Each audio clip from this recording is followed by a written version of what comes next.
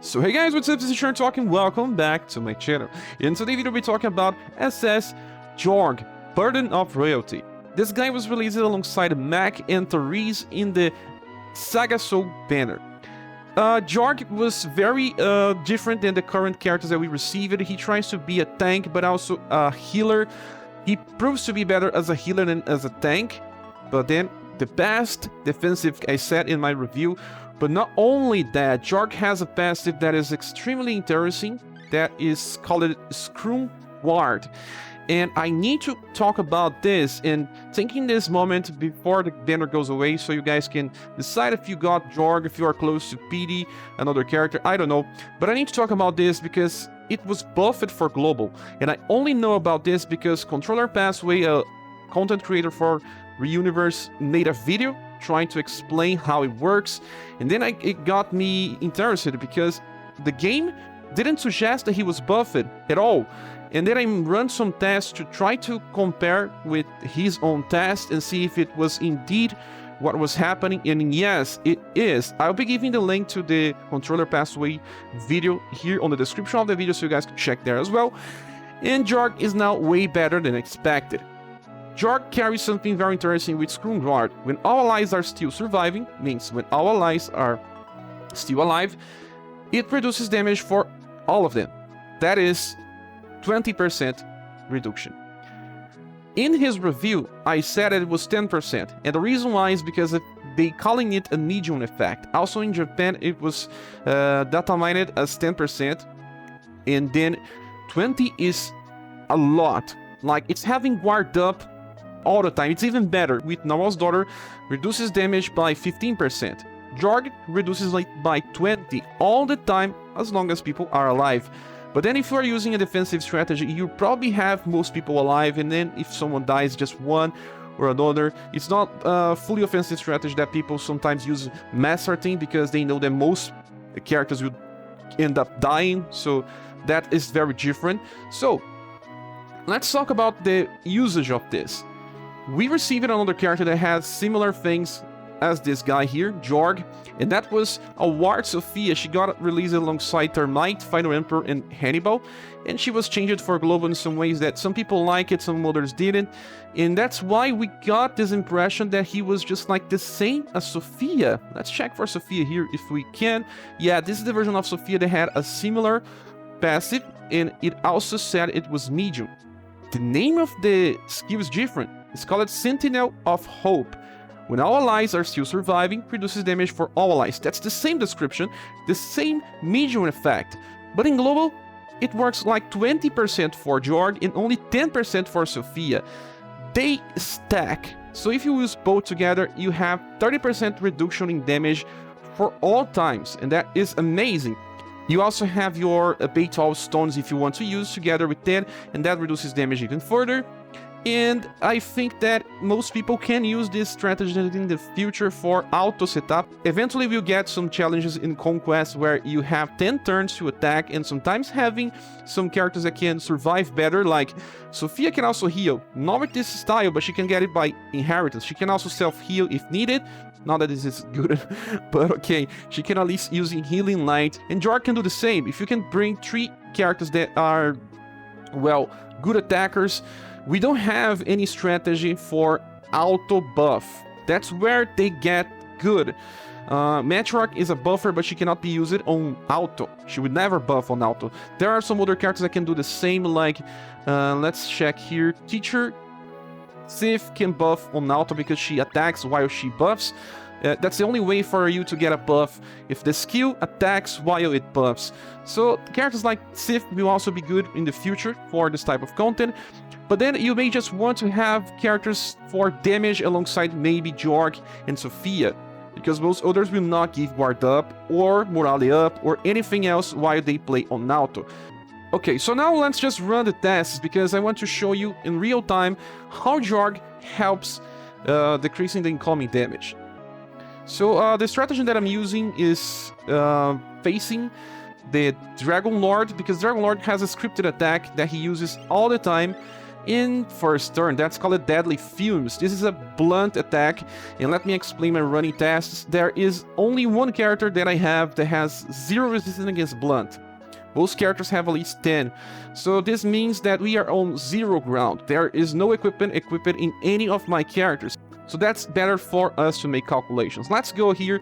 You guys will see how it happens. Okay, so first test, we are not running with Sophia. We just want to see the incoming damage with no one else increasing the resistance.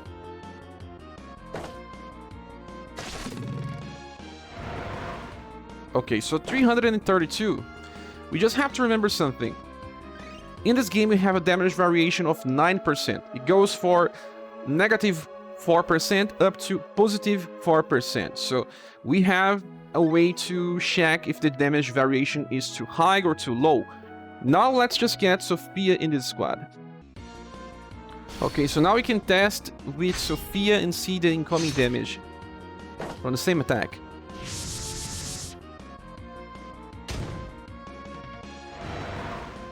This time was 314. You see, we can already see that it can be around 10% reduction just by looking on the first run. So now we are running with Jorg. Let's see if the damage is lower.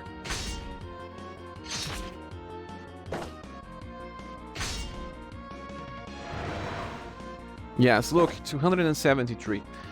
This is already a sign that it is reducing by 20%. So now we are running both Sophia and Georg together to see if it stacks or not.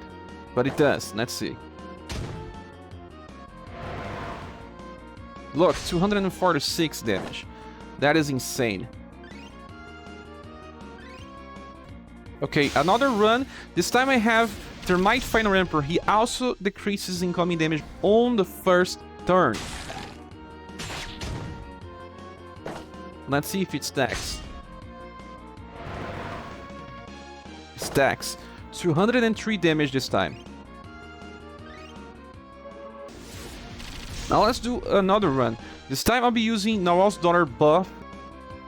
Warrior Festival has a 15% decrease in damage for 3 turns. So let's use that.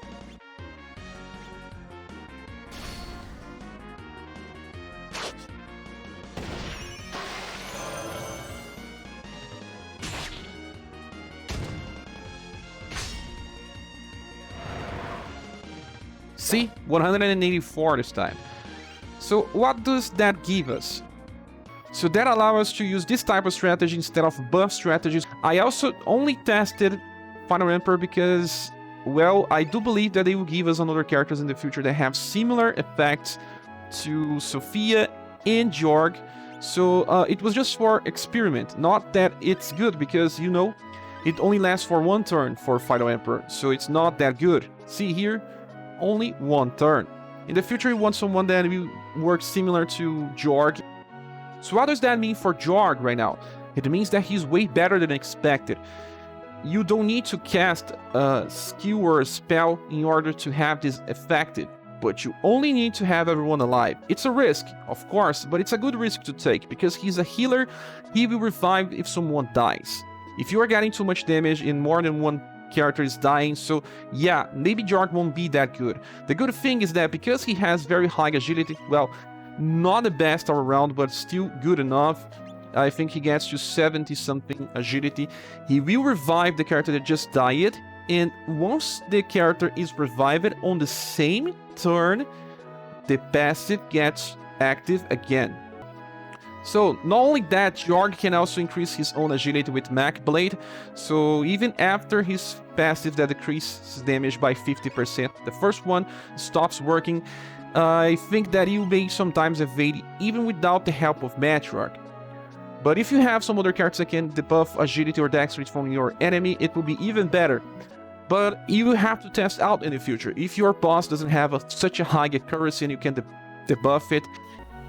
But it also means that if you want to use Georg and Nawal's Daughter together in boss fights for manual, it also works very well, because you are stacking status like Endurance and Will. You are also giving this passive that activates every time that everyone is alive. You also have the buff, and well, he's a healer. He barely takes any damage.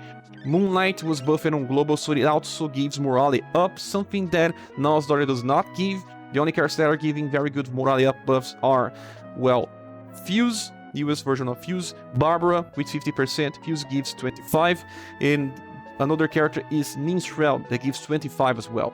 For those that have Minstrel, he kind of clashes with these compositions, but if you don't have, if you plan on using Now's Daughter because she buffs everything, it's good. Also, you can use him with Matriarch as well. It's just that if you want to be even more defensive, you can even use the 3 together if you want, but then you only have 2 slots for damage. And, well, you will probably have to ignore debuffing your boss and just focus on buffing yourself. Well, there are many different strategies in this game, and right now, Jorg just opens even more. So, well, I think this video ends here. I think that Jorg was a little underestimated, but that was because the game didn't allow us to understand how it worked because of how they mentioned the skill, giving the same description as some other character that has half the value. I wish they could explain this better because either way, people will summon for him way more. But thanks again for controller pathway video, because without it we will not know about this. And, well, thank you all for watching this video. Please subscribe if you haven't. If you want to support the channel, you have the links on the description of the video. We'll see each other on the next one. Bye.